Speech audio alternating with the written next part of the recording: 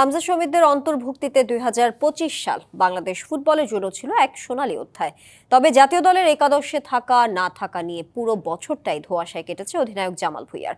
যখনই সুযোগ পেয়েছেন সেরাটা দেওয়ার চেষ্টা করেছেন। নতুন বছরে তাই নতুন পরিকল্পনা নিয়ে এগোতে চান, এমন বার্তাই দেন তিনি। একই সঙ্গে চলমান ঘরোয়া লিগের মান ও অব্যবস্থাপনা নিয়েও প্রশ্ন তোলেন দেশের এই তারকা ফুটবলার। বাংলার ফুটবলের পোস্টার বয় জামাল ভুঁইয়া নতুন বছরে ব্যস্ততা বেড়েছে, ছুটে চলেছেন ব্র্যান্ড প্রমোশনের বিভিন্ন অনুষ্ঠানে। তাই বলে মাঠের খেলা ভুলে যাননি, মাথায় সাজিয়ে রেখেছেন নতুন বছরের পরিকল্পনা। ফার্স্ট টার্গেট হচ্ছে সিঙ্গাপুর, তো এই ম্যাচ যদি দিতে পারি মার্চ, তাহলে আই থিঙ্ক এই বছরের শুরুকে ভালো হবে। বাট আমি শুনলাম সেপ্টেম্বর মাসে মেবি সাফ হবে।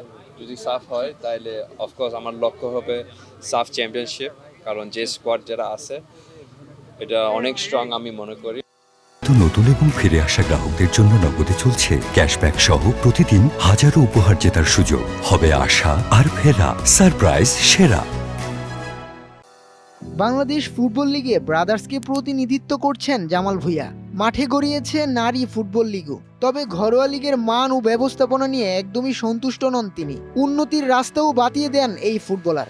বাংলাদেশে একটা ভালো লিগ দরকার, ইন্ডিয়া আইএসএল এমন একটা লিগ দরকার বাংলাদেশ। আর একটা প্রপোজাল দিছি, ডিভিশন ওয়াইজ, 8টা টিম একটা ভালো লিগ করতে পারে। আর আদারওয়াইজ সিলেট একটা ডিভিশন, চট্টগ্রাম একটা division and so on. So এইটা প্রপোজাল আমি দিছি ফাহাদকে। কোচ হিসেবে হাবিয়ের কাবরেরা থাকছেন না নতুন কোচ আসবে এসব নিয়ে ভাবছেন না, স্পষ্ট ভাষায় জানিয়ে দেন জামাল। ইমন আল রশিদ উৎস, ডিবিসি নিউজ, ঢাকা।